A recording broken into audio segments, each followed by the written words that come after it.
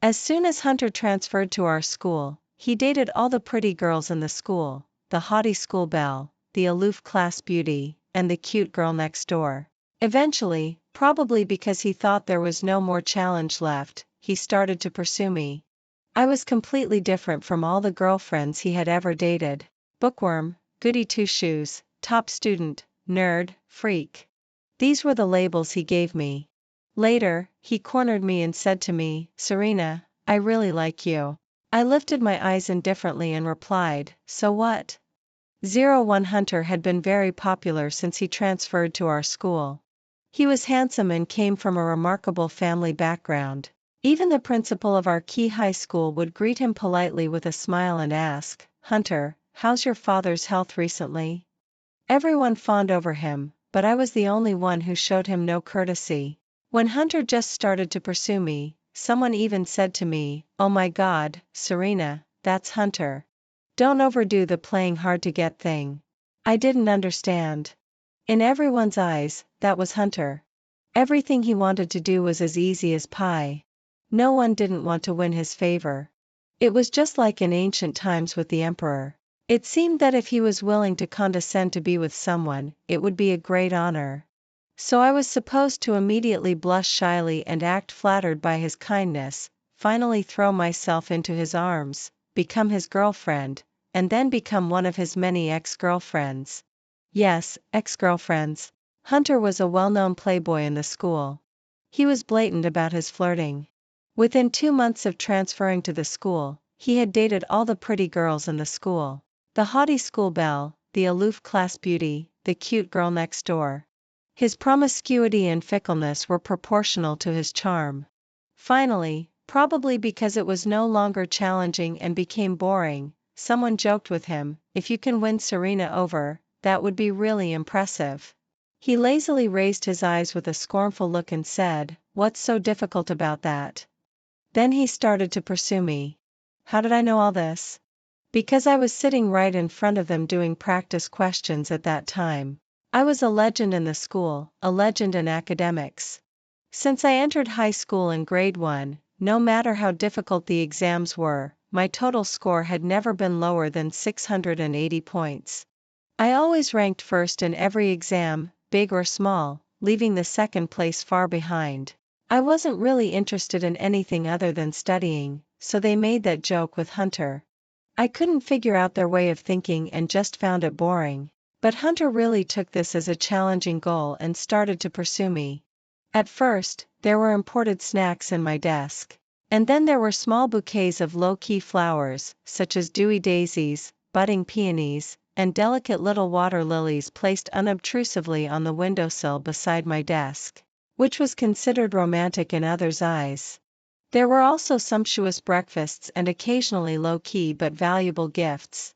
This was probably his usual way of chasing girls. I turned a blind eye to all these. He chased me casually like this for a month, but I didn't even say a word to him. Our first conversation happened one afternoon when he took a book, pointed to an additional question, and asked me for the solution ideas. I was always willing to help anyone who asked me about academic matters. When I was explaining the solution ideas on the scratch paper, he sat beside me and suddenly asked, "What do you like?" I shifted my gaze from the scratch paper to his face. He was propping his chin with one hand, with sharp eyebrows and bright eyes. The broken hair on his forehead made his facial features look even deeper. He was even more handsome than any popular star that the girls in the class chased after. But I put down the ballpoint pen in my hand and looked at him coldly and seriously. "If your mind isn't on studying, don't waste my time." He suddenly laughed, then quickly glanced at the scratch paper and finally said to me, "The answer is the square root of 3. I got it. So, what do you like? I ignored him. Later, I started to be bullied inexplicably. There were black graffiti on my seat, my stools and books disappeared, and I was locked in the bathroom. Such childish and low-level campus violence. When Hunter found me, he was like a savior descending from the sky to save the female classmate who was suffering from campus violence. He opened the locked bathroom door, then looked at me who was soaked all over, took off his coat and handed it to me while frowning and asking, "Who did this?" It was as if he was going to stand up for me. I looked up, gave him a cold glance, didn't take his coat, just looked at the time and said expressionlessly, "You've delayed my 15-minute physics class." He raised his eyebrows and asked, "What does that have to do with me?" Seeing him like this, I finally lost my patience. I looked at him and stated word by word, 1. I'm kind-hearted and low-key. I've never offended anyone. 2. Before you said you would pursue me, no one had ever bullied me on campus. 3. If it wasn't for your instigation, no one would dare to bully the person you, Hunter, want to pursue, right? The fake concern on his face finally disappeared and turned into a kind of nonchalant smile. He took back his coat and then looked at me with interest and smiled, "Oh, you've found out. How boring." I coldly turned my head away and walked past him without a word. At the moment when we brushed past each other, he grabbed my wrist. I had to stop. He turned his head and looked at me with an appraising gaze and asked, "Serena, are you playing hard to get?" This made me laugh. I stopped, looked at him in an instant, and sneered, "Then just hold your horses and don't bother me. When I show my true intentions, you'll know whether I'm playing hard to get or not." He held my wrist and focused his gaze on my face. After a while, he suddenly laughed. He said, "Interesting. I didn't love Hunter." But it seemed that no one believed it. How could anyone not love Hunter? He was so outstanding, handsome, smart, and charming. My indifference seemed to trouble him a lot. I often saw him looking at me thoughtfully and inquisitively. He was like a hunter waiting for his prey and started to patiently set up his plan. He became my desk mate. At first, the classmates in the class were all optimistic about it and even set up a bet. I remained unmoved, studied my lessons, did my practice questions, and recited my books. He was like air sitting beside me. Later, it seemed that everyone tacitly regarded us as a couple. The math teacher liked to ask us to go to the blackboard to do problems together. Every time our names were called, everyone would make knowing jeers, and in the midst of those jeers, he would turn his head, with a slight smile on his lips, and look at me intently. He looked as if he was deeply in love. Of course, whenever we did problems together, he never beat me. My former deskmate said that I was a stone without any sense of romance. She said, "Come on, Serena, that's Hunter. I know he's a playboy, but who wouldn't want to date him? It doesn't matter if there's no future as long as we've had it once." I placed her just past physics test paper in front of her expressionlessly and said, "Let your physics grades improve first. You even got wrong the original questions that I told you before." She wailed and said angrily, "Serena, you're such a blockhead, a fool. Hunter is so pitiful." I didn't understand what was pitiful about Hunter. His pursuit of me was just a whim, not out of true feelings but just for conquest. The relationship between me and Hunter eased a little when my mother accidentally fell and fractured her bone and was hospitalized. I took a week off. When Hunter found me, I was selling fish in the vegetable market. The neighbors around knew about my family situation, so as soon as I set up the stall, the fish were sold out. An aunt from the neighbor's house picked up a black fish, sighed, and said, "Serena, wait until I finish cooking the soup. Come and get it and take it to the hospital for your mother. The college entrance examination is coming soon. You should still focus on your studies." I smiled and said, "Thank you, Auntie. It's okay. I won't fall behind in my studies." Then I started to clean up the mess all over the ground, the water tank, the cutting board, and the fish scales on the ground. When I was stacking the boxes one by one, I looked up and saw Hunter. He was standing at the entrance of the vegetable market. His temperament was completely out of place in this noisy environment filled with the smell of aquatic products and meat. I didn't know how long he had been standing there, just looking at me quietly. I ignored him.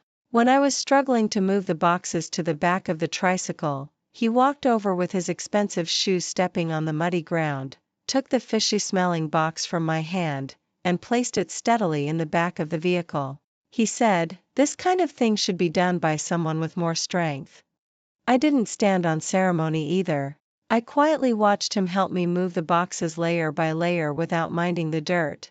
Then he sat on the seat of the tricycle and made the electric tricycle look like a Porsche supercar. He turned his head to look at me and said, "Let's go." "Where's your home?" "I'll take you there." I paused for a moment, standing there and asking in a flat tone, "Do you know how to ride it?" He was stunned for a while and a dazed look gradually appeared on his handsome face. Perhaps it was the first time he had been stumped and was at a loss like this. I couldn't help but smile slightly and said, "Get off." He glanced at me and for some reason also started to laugh.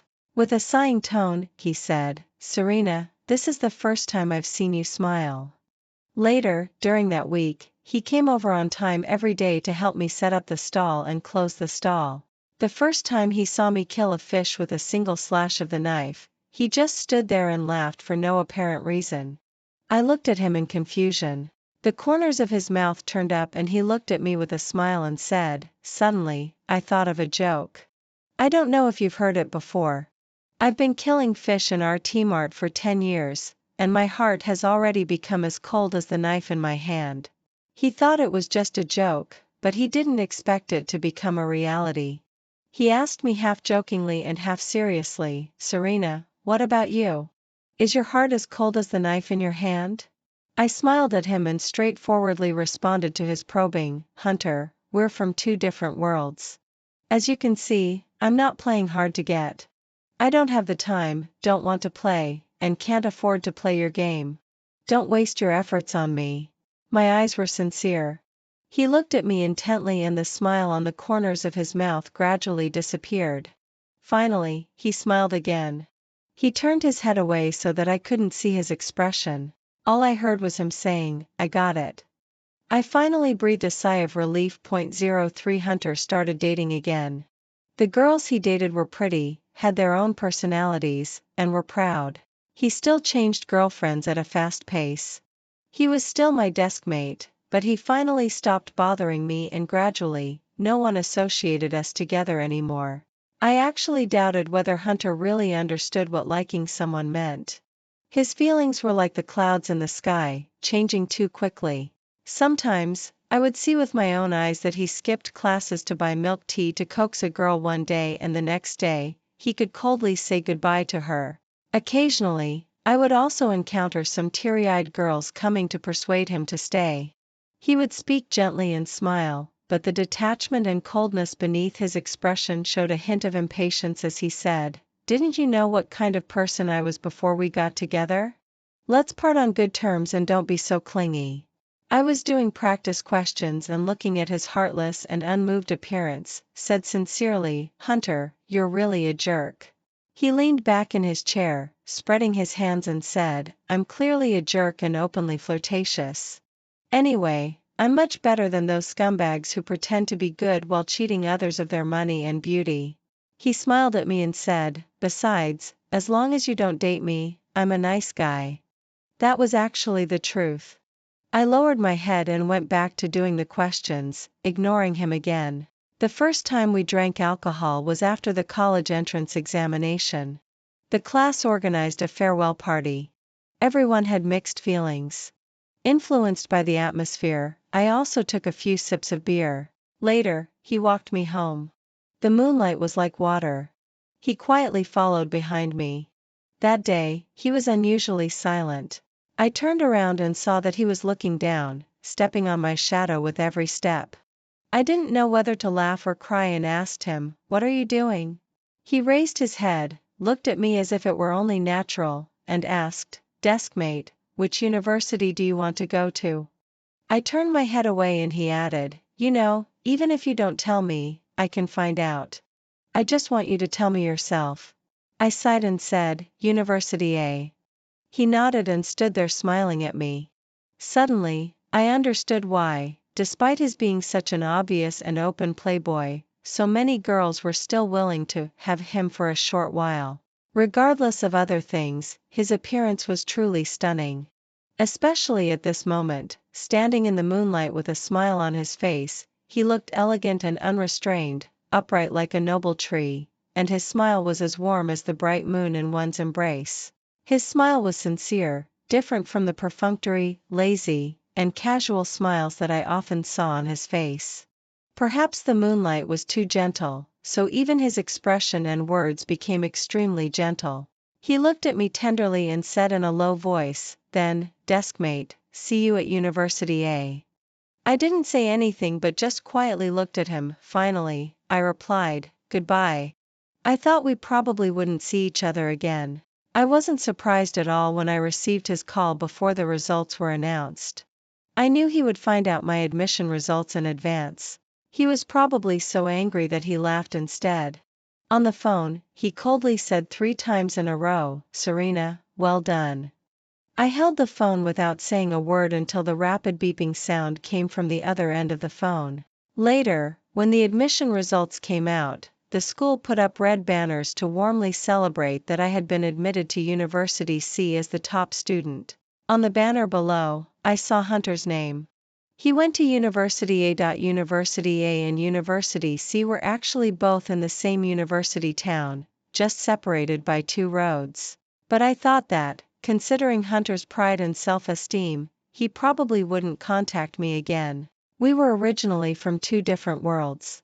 Even if we were in the same university town, I thought that in this lifetime, unless deliberately, we probably wouldn't meet again. And that was exactly the case. I went to a new school and became a new legend there. Standing on the balcony of my dormitory, I could even see the camphor trees in University A. But until my junior year, I hadn't met Hunter. I just occasionally heard his name, mixed in with all kinds of gossip and legends. However, I thought that he probably had also heard of my name.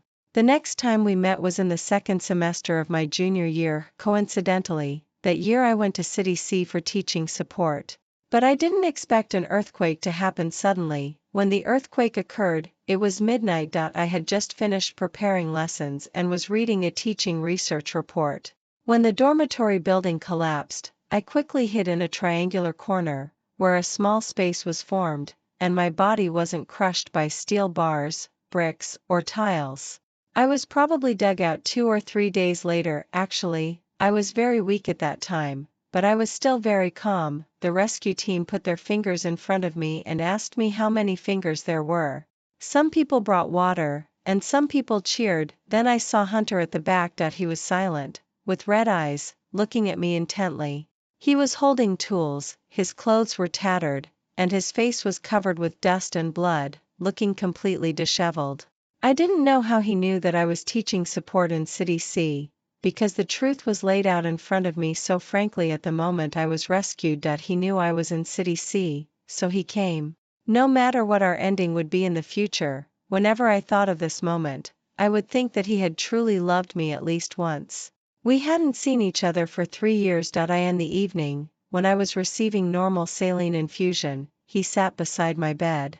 "During these 3 years, I've been keeping an eye on your news and what you've been doing. It's really strange. I can't even figure out myself what kind of feelings I have for you." He had a self-mocking look on his face and seemed quite puzzled as he said, "Serena, you seemed very surprised when you saw me." He smiled and said, "Actually, I was also surprised. When I heard about the earthquake in City C, I didn't think about anything and just came here.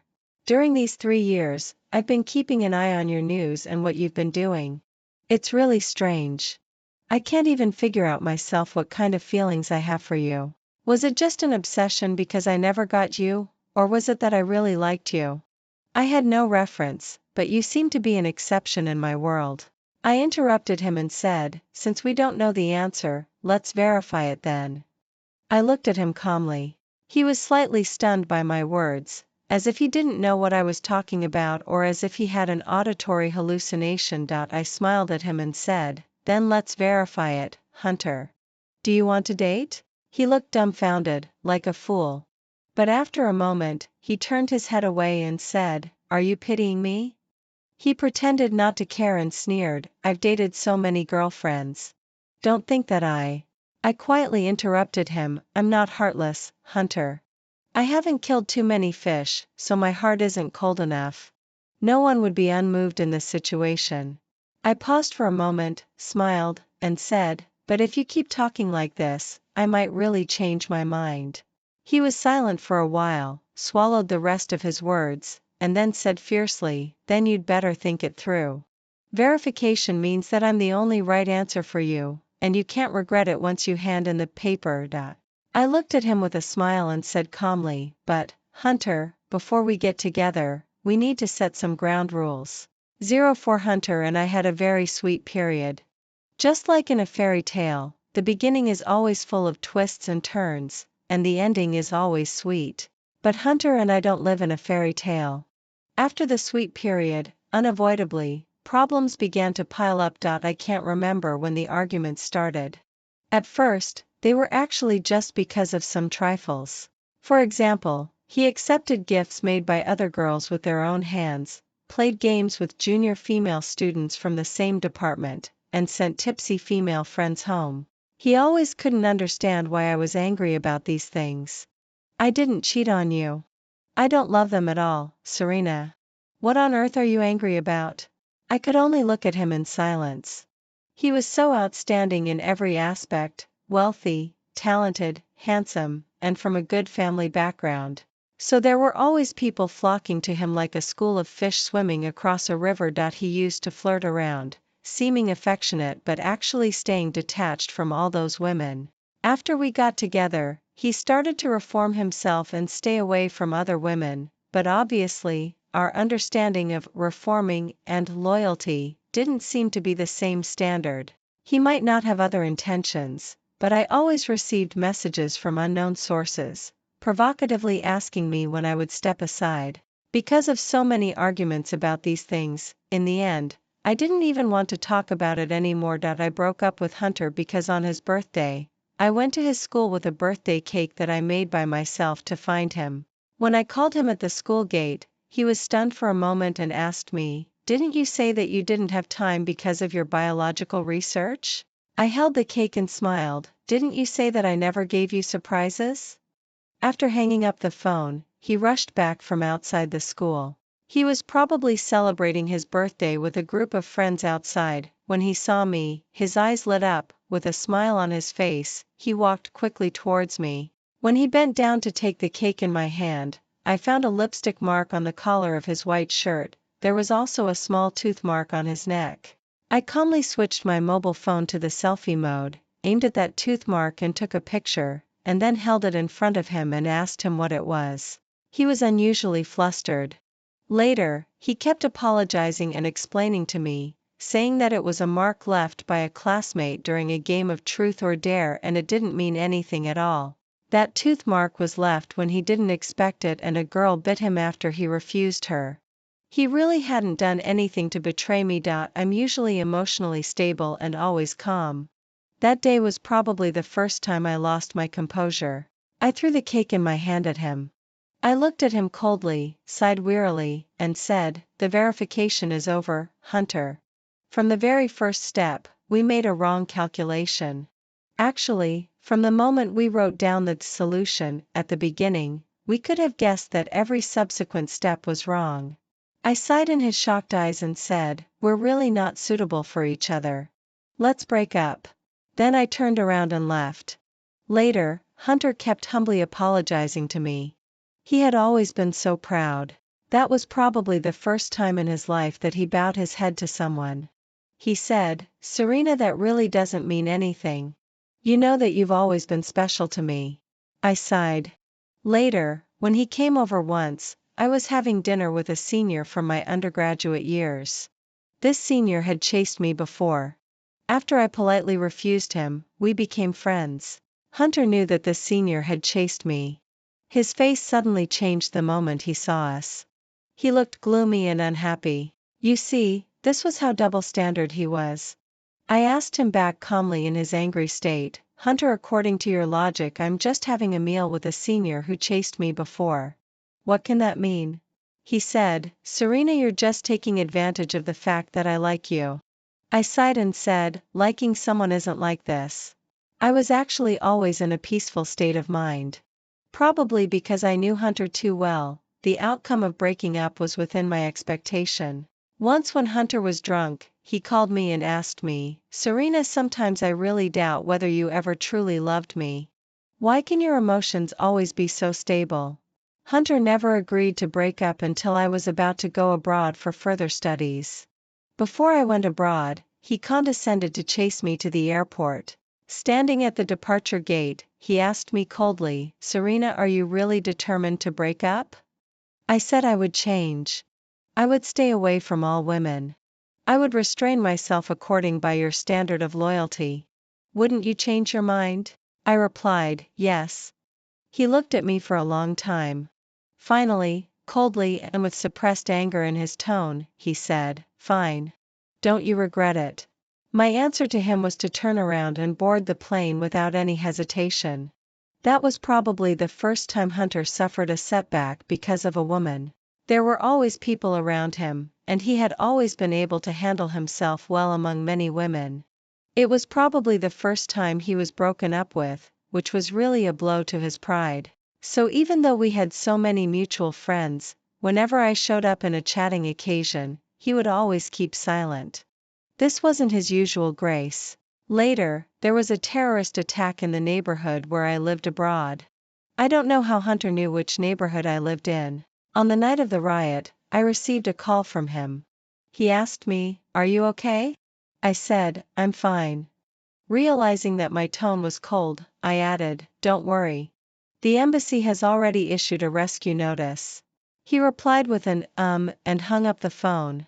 Then the next day, he showed up in front of me looking tired and dusty. He just took a look at me from a distance, as if to confirm that I was really okay, and then turned around and left without saying a word. At first, my friends around me all tried to persuade me, saying, "Serena, I really don't understand you. Hunter is so affectionate and wealthy. Why don't you want him?" In their eyes, Hunter was such a playboy. He was careless and absent-minded with everyone, and all those were just acts. I was the most unique and different one. After I went abroad, someone also said to me, "Serena, it's so strange. You see, Hunter is so flirtatious and affectionate, but it seems that only you can make us sure that whenever you turn around or look back he will always be within your reach." Another person said, "Serena, Hunter has said that he would change. Wouldn't it be good if you gave him another chance?" I just smiled and didn't say anything. Maybe only I knew clearly in my heart that even if we started over again, the ending between Hunter and I would still be the same. I've always been straightforward when it comes to feelings. I don't allow any gray areas to appear. I want the person I love to be loyal and have eyes only for me.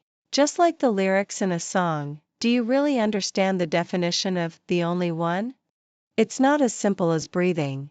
Hunter is unrestrained and loves freedom deep in his bones. There are so many temptations around him. He can change for me for a while, but if he has to face only me for a long time, forever, when he no longer has the sense of novelty and is no longer willing to compromise and accommodate for love, wouldn't he just repeat the same mistakes? People say that I'm cold and unfeeling, but actually I'm just sober. What's more, I have a habit. I will never do the same exercise questions twice. Especially when I've already verified and made mistakes. 05 Coming back to China was something that happened 3 years later. Before coming back to China, when I was chatting with an old friend, my friend sighed and said that Hunter had found a girlfriend. She also said that the girl looked a bit like me. However, after saying that, she added, "Of course she's still not as pretty and elegant as you." At that time, I was staring blankly at the cluster of roses in the vase on the table not far away. It took me a while to come back to my senses. I smiled and said, "After all these years he hasn't changed." My friend laughed it off and said, "That girl looks so much like you. We all know that Hunter isn't serious about her." I could hear the disdain for that girl in her tone.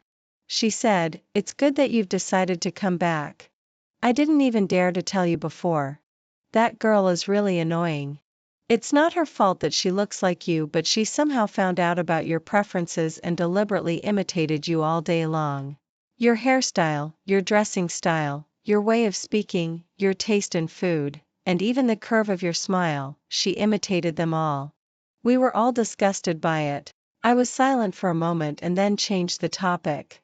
After chatting casually with her for a few more sentences, I hung up the phone. I didn't take this matter to heart until I returned to China and my friends held a banquet for me.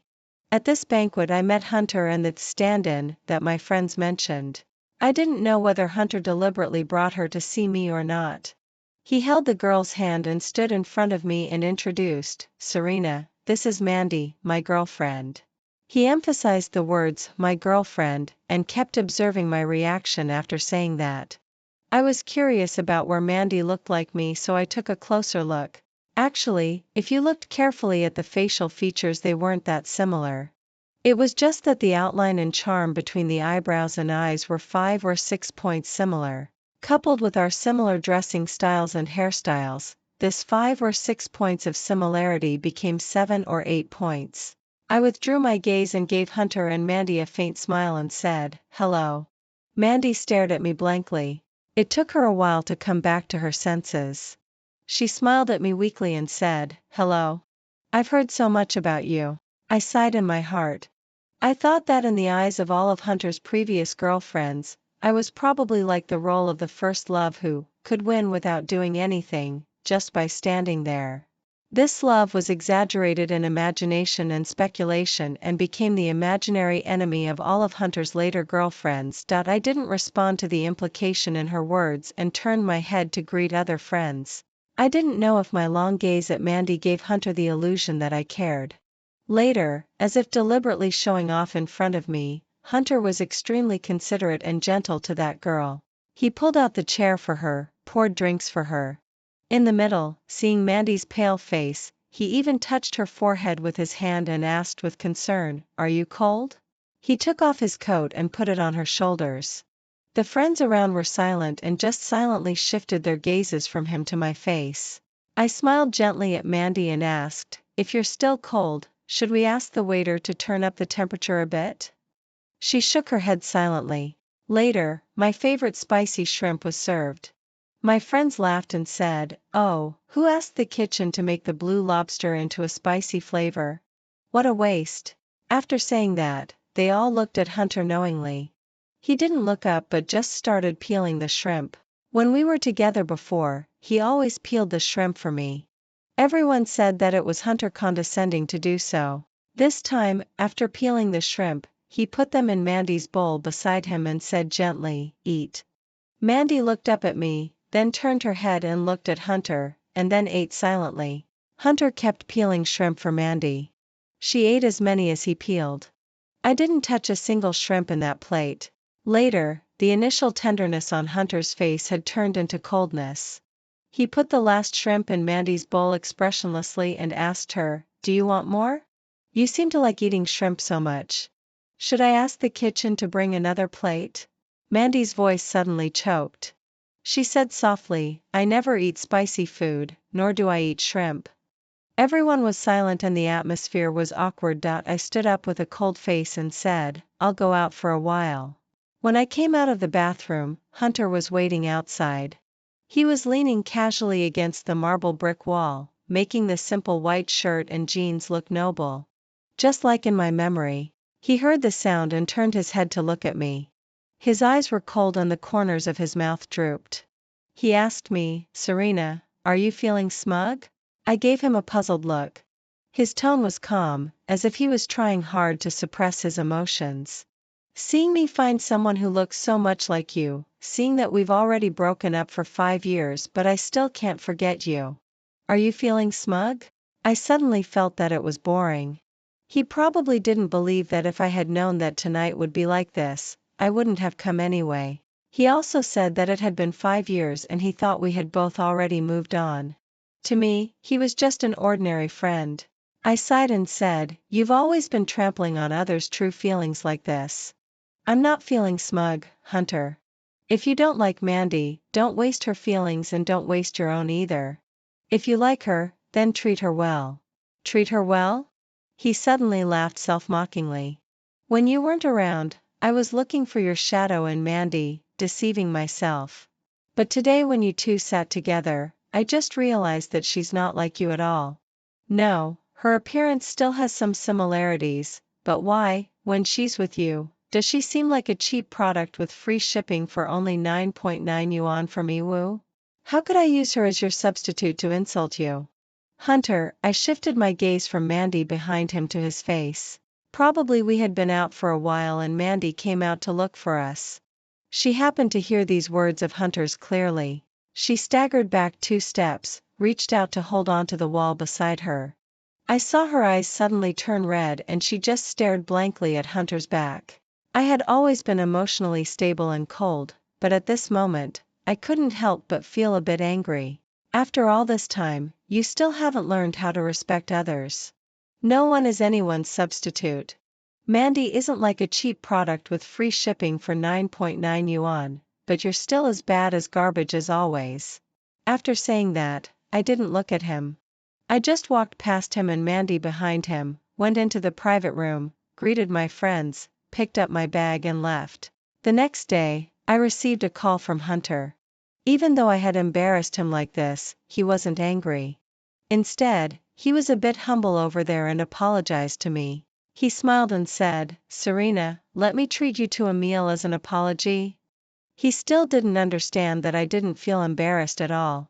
I just felt angry. My anger wasn't because Hunter was being so attentive to Mandy in front of me.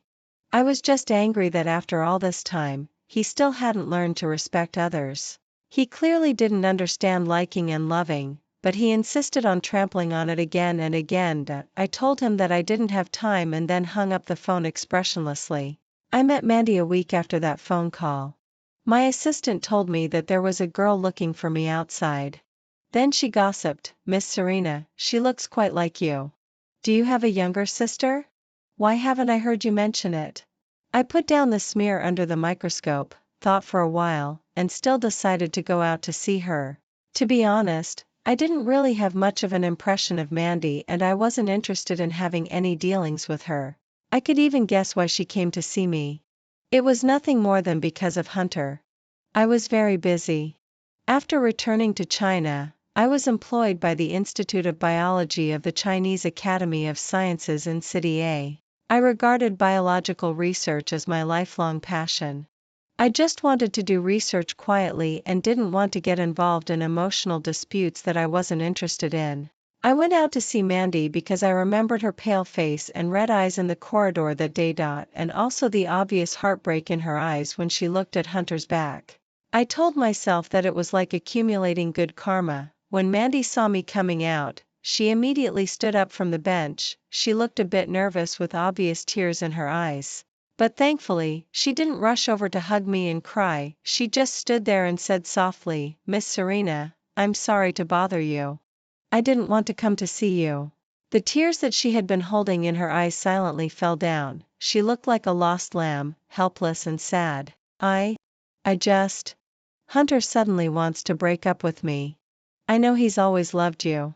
I just came to ask you, have you two gotten back together? I shook my head and said, "No." She let out a sigh of relief and quickly smiled through her tears. She said a bit hurriedly, "I'm sorry." After saying that, she opened her eyes wide and looked at me carefully with an envious look in her eyes. "I'm really envious of you. Hunter loves you so much. I'm willing to exchange everything I have for Hunter's love. Everyone longs to get him, but it seems that only you don't care about him at all." I couldn't help laughing. In her confused eyes, I asked, "Do you think Hunter loves me very much?"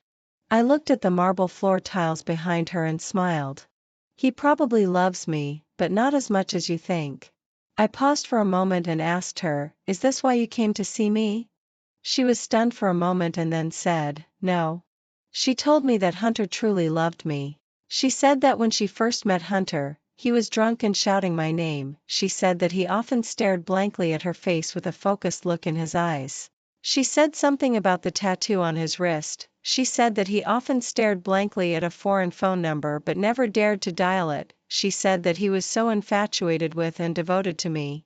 Finally, with tears in her eyes, she said, "Miss Serena, I don't know what misunderstandings you have about him, but Hunter really loves you.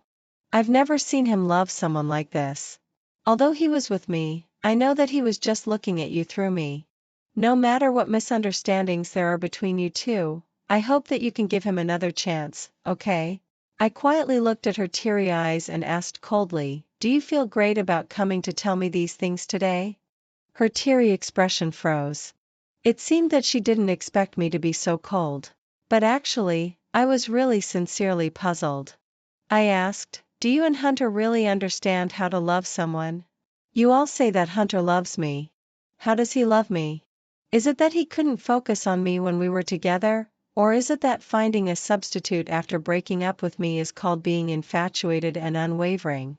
And you like Hunter, humiliate yourself for the sake of liking him, imitate others, and humble yourself to the dust. Now you come to tell me these things and beg me to give Hunter a chance. I want to ask, from what position and identity are you telling me this? As Hunter's girlfriend? In your hearts, do you think you're especially great, especially infatuated, and especially willing to endure and give everything for love?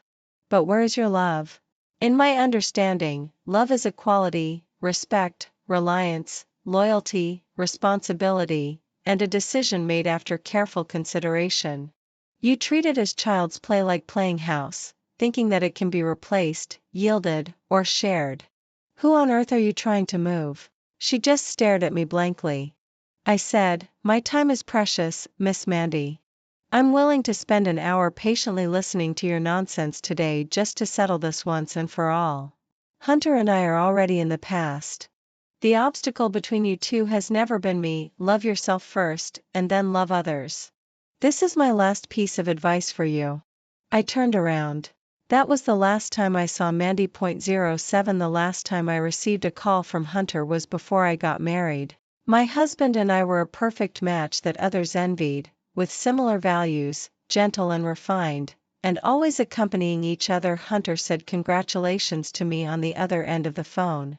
I replied gracefully, "Thank you." He was silent for a moment on the other end and then asked me, "I've always wanted to figure out, Serena, when you agreed to be with me back then, was it just because you were moved for a moment, or did you also like me?"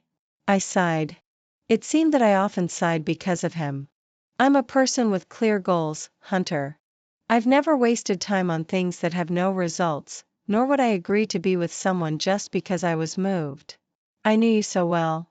Before we got together, I already knew that we weren't on the same path.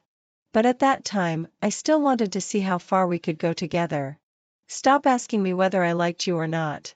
Doing something even though you know it's impossible is the greatest respect I've shown you. How could I have never been moved? When he joked and didn't mind getting dirty to help me move the water tank, when he looked at me tenderly under the moonlight, when I was dug out from the ruins and saw him like a hero arriving in time. It's just that he couldn't learn to be devoted, and I was too sober. So this road was doomed to be abandoned halfway. He and I were like an additional question that I knew from the very beginning had a wrong question statement, but I still tried to see if I could find the correct answer under this wrong statement. I had tried my best, so I could be so free and easy about letting go. His voice on the other end gradually became lower. "It was my fault that I missed you, right?" I didn't say anything.